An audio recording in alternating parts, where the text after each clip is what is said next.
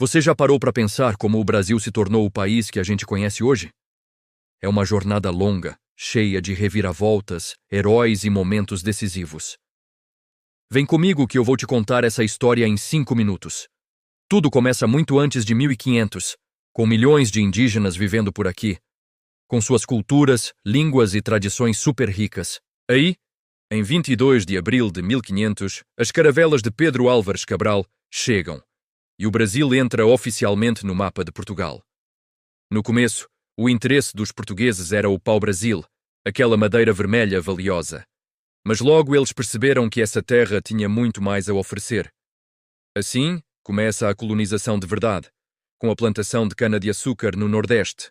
Para trabalhar nos engenhos, milhões de africanos foram escravizados e trazidos à força para o Brasil. Um capítulo sombrio e doloroso da nossa história, mas que moldou profundamente nossa cultura. O tempo passa, e no século XVII, os bandeirantes, lá de São Paulo, começam a explorar o interior do país em busca de riquezas. E eles encontram ouro e diamantes em Minas Gerais. Isso muda tudo.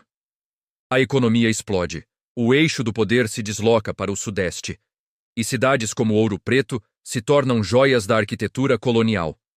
Mas nem todo mundo estava feliz com o domínio português. Movimentos como a Inconfidência Mineira, com Tiradentes, já mostravam o desejo de liberdade. E a grande virada acontece em 1808. Napoleão Bonaparte invade Portugal e a família real portuguesa faz as malas e se muda para o Rio de Janeiro. Isso mesmo, o Brasil vira a sede do Império Português. Com o rei por aqui, o Brasil se desenvolve, ganha universidades, bancos, jardins botânicos. Mas quando a situação na Europa se acalma, o rei Dom João VI volta para Portugal e deixa seu filho, Pedro, aqui como príncipe regente. Portugal queria que o Brasil voltasse a ser só uma colônia, mas Dom Pedro, pressionado pela elite brasileira, decide que não. Em 7 de setembro de 1822, às margens do rio Ipiranga, ele dá o famoso grito: Independência ou morte. E assim, o Brasil se torna um império independente. O reinado de Dom Pedro I é curto e agitado. Ele abdica do trono e deixa seu filho, Dom Pedro II, com apenas 5 anos de idade, para ser o futuro imperador. Depois de um período de regências bem conturbado, Dom Pedro II assume o poder e governa por quase 50 anos. Foi uma época de modernização, com ferrovias e telégrafos, mas também marcada pela Guerra do Paraguai. Enquanto isso, a pressão pelo fim da escravidão só aumentava. Finalmente, em 13 de maio de 1888, a princesa Isabel assina a Lei Áurea, libertando os escravos. Essa foi uma conquista enorme, mas que não veio acompanhada de políticas para integrar os ex-escravizados na sociedade, um problema que a gente sente até hoje. Um ano depois, em 15 de novembro de 1889, os militares, descontentes com o Império, dão um golpe e proclamam a República. Dom Pedro II e sua família são exilados.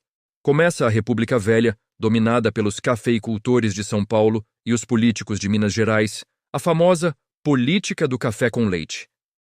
Essa fase termina com a Revolução de 1930, que coloca Getúlio Vargas no poder. A era Vargas é longa e complexa.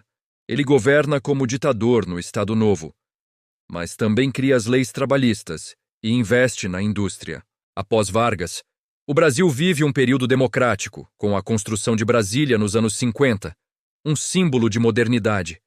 Mas a instabilidade política cresce, e em 1964, os militares tomam o poder novamente. Começa uma ditadura de 21 anos, um período de repressão, censura e perseguição política, mas também de grande crescimento econômico, o chamado milagre econômico. Nos anos 80, a população vai às ruas pedindo eleições diretas. No movimento das diretas já, a ditadura chega ao fim e, em 1988, uma nova Constituição é criada, a nossa Constituição atual, que garante muitos dos nossos direitos. De lá para cá, vivemos a redemocratização, com desafios econômicos como a inflação, a estabilização com o Plano Real e muitas lutas sociais. Ufa! Que viagem, né? Essa é, de forma super resumida, a história de como chegamos até aqui. É uma história cheia de lutas, contradições e uma mistura de povos que formou essa nação incrível. Conhecer nosso passado é fundamental para a gente entender o presente e construir um futuro melhor.